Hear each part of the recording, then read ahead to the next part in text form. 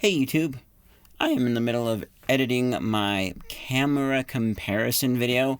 I recorded this 2 years ago and then some stuff happened, like stuff that I will be mentioning in the final video for why it took so long. Absolutely crazy stuff. I'm not going to spoil which cameras I'm comparing, but it does surprise me that there are no comparison videos or articles that I have ever found between these two cameras. I've looked several times over the many years before and after. There's one video comparing them, but it's a spec sheet with techno music. It's not like actual photo and video comparison like this is going to be. I am so excited for this. Hopefully you are too. I don't know what that screen jump thingy was. Maybe it's like the program was freezing, but then it wasn't, because this is going to be like the last project I edit in Pinnacle Studio. There's a small chance I might find something else I started in Pinnacle Studio and then didn't finish yet, and so then I'll have to finish that too.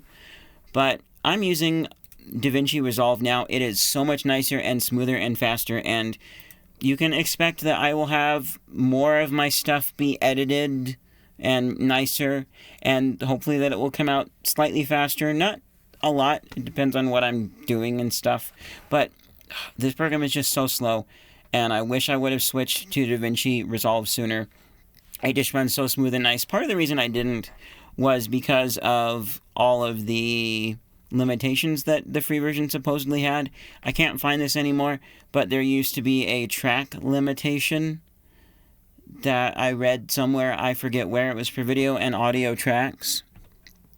Yeah, this is a GIF screen capture thing for Pinnacle Studio forums back in the day of my Airborne Death timeline. Yes, there is actual stuff up there. I think I counted this once, and there's like 15 tracks. It's just insane. And I did try and I believe like condense some of this stuff, but you see like these things are stacked on top of each other. So I couldn't use this with the limitations that it had, but it doesn't seem to have those limitations anymore. They've either lifted them or they never existed, and I'm still learning it. I started watching the tutorial video for it, but then I never finished watching that video. I'll get there eventually. A lot of it's just like recognizing the buttons and how things go, and like, oh, I know what that does. I can tell what this does, or Google searching what specific things do. Yeah, it's turning out to be a real treat.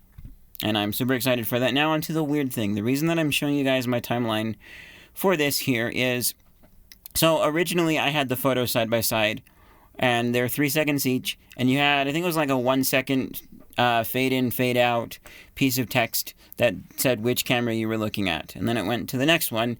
So it was a total of 6 seconds, which has now been condensed down to 3 seconds for this photo here. And we go into full screen here, and you can see, this looks good. I like the look of this. Can't like perfectly pixel peep with this, especially when you consider YouTube compression. I am going to be uploading these to a free Flickr account at some point around the release of this video, so you guys will be able to do that there. And I'll also post the video files on YouTube, likely. I don't know. I mean, there's going to be some compression there too, but like I can't think of a place where I can host the full quality of them. Like even having this stuff available for download somewhere, I don't have that much space on my. I almost said I don't got that much space. I don't use double negatives. It should be I don't have that much space. Nothing against people who do. I understand what you're saying, but I don't have that much space on my Google Drive for this sort of a thing. So maybe, I don't know. It also is not going to be something I maintain very regularly, so we'll see what happens. But this is good, right? And then when I get into this here, you have this very weird thing where, yeah, I've got visual from one video, then I switch to the same video from the other camera. They were just side by side on a little bracket mount on my tripod. And then you get to this section here where I decided to do this weird kind of a split screen here. And then if we watch this, oops, I need to, there we go. As you can see, the audio switches around where it is. Yeah, it jumps around with the text as well.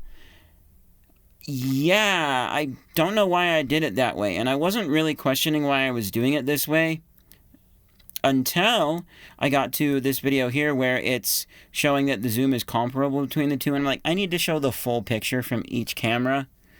I can't have the weird split... Wait. Oh, yeah, it is a weird split screen. Why? And I know why I did this. I felt like with picture, seeing things side by side again, you can't, like, pixel peep. But it's good enough. It's a still thing. But when looking at the visuals, you got less time to look at them both. Like, if I were to hold this up and then go like that, you might be looking at one camera and miss it on the other camera, and then you'd have to rewind and look at it again to see what it looks like on the other camera. And I didn't think this detail when I first thought of it, but just how blurry things are and where things are, you should need to see full screen. And so for a side-by-side, which I forgot I was doing side-by-side until it was, like, mentioned. I listened to a part of the recording on a microphone, us reviewing the videos and photos. It was mentioned you could do a side-by-side when I edit this. And so, yeah. This is gonna... I wasted time doing this. I worked on this off and on for several days, slugging through Pinnacle Studio, being slow, but it'll be easy to undo this. The audio will stay the same, especially this one here where it switches between the two multiple times, because you hear me talking and then it goes to the other camera. You hear my friend talking and then it goes to the other camera. So that'll be a thing. But it's going to be easy to undo. So I'll only keep the audio speaker icon switching around. And I'll fix this to be the same. This will stay the same, and it will be full screen one camera, full screen other camera, side by side. So, yeah. Anyways, I just kind of wanted to share that. If you guys are excited for this camera comparison, please leave a like down below. Once upon a time, might have been a vidIQ video or something, I heard that most people have notifications turned off inside of their phone settings for the YouTube app. So if you want to be notified of this and the other projects and things that come out in between, check your phone settings to make sure that YouTube notifications are enabled, and then click the bell and subscribe. Thank you so much for watching. I'll see you guys in whatever's next. Bye!